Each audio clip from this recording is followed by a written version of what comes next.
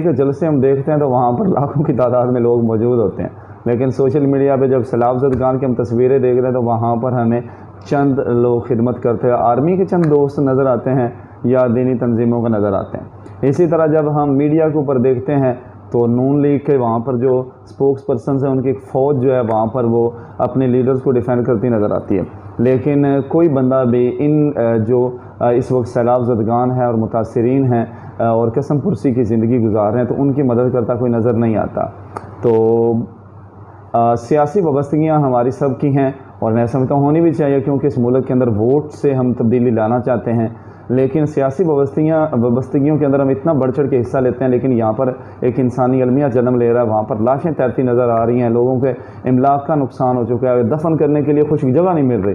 تو ان لوگوں کی بھی ہمیں فکر ہونی چاہیے، اس کے لیے بھی ہمیں اقدامات اٹھانے چاہیے۔ سر، آپ کی نظر ماشاءاللہ کافی گہری ہے، چیزوں کو معاملات کو آپ اچھی طرح سے دیکھتے ہیں۔ اپنا جہاں پر بھی جائیں تو لوگ کہہ دیتے ہیں یہ جی حکومتی کام ہے، حکومت ہی کرے، اور حکومتی اقدامات جو ہیں جیسے ہمارے ڈیمز کا دیکھ لیں، آج تک ڈیمز کے اوپر کام ہی نہیں ہوا۔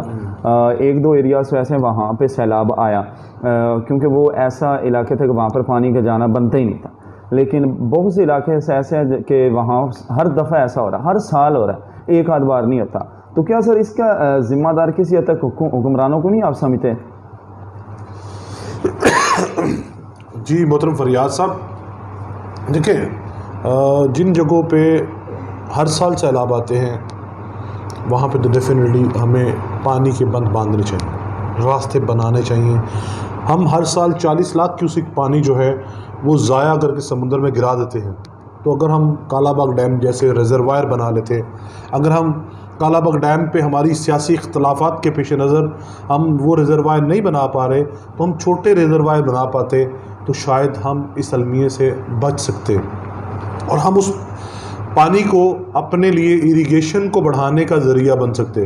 ہم سندھی، پنجابی، پختون، بلوچی بن کے جب سوچتے ہیں تو پھر ہم اپنے اپنے مفادات کو سوچتے ہیں، ہم پاکستانی بن کے سوچتے ہی نہیں ہیں، ہم مسلمان بن کے سوچتے ہی نہیں ہیں۔ اگر ہم مسلمان بن کے سوچتے اور پاکستانی بن کے سوچتے تو ڈیم کسی بھی صوبے میں بنتا، اس کی رائلٹی کسی بھی صوبے کو ملتی، وہ صوبہ پاکستان کا ہی رہتا۔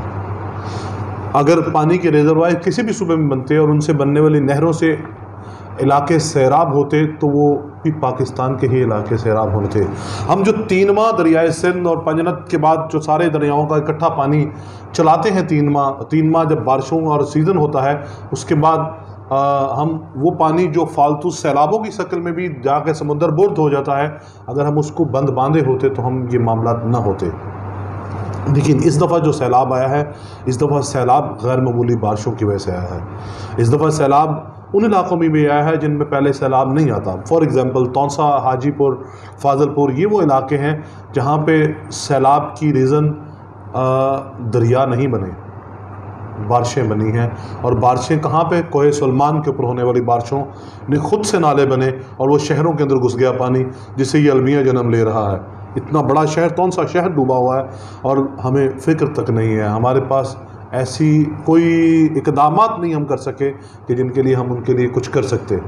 بہرحال یہ اس وقت ہمارے پہ یہ قدرتی آفت کی شکل میں ہے، لیکن وہ علاقے جو ساتلج کے کنارے بیٹھے ہوئے لوگ ہیں، جو سندھ کے کنارے بیٹھے ہوئے لوگ ہیں، جو جہلم کے کنارے بیٹھے ہوئے لوگ ہیں، جو چناب کے کنارے بیٹھے ہوئے لوگ ہیں، یہ وہ جگہ ہیں جہاں پہ ہر سال بارشوں کے موسم میں جب سیلابی صورتحال آتی ہے تو وہ ڈسٹرب ہوتے ہیں، اور وہ لوگ خود بھی اس میں کہیں نہ کہیں ان کا بھی کنٹریبیوشن ہے، وہ خود بھی وہ جگہ چھوڑنے نہیں چاہتے۔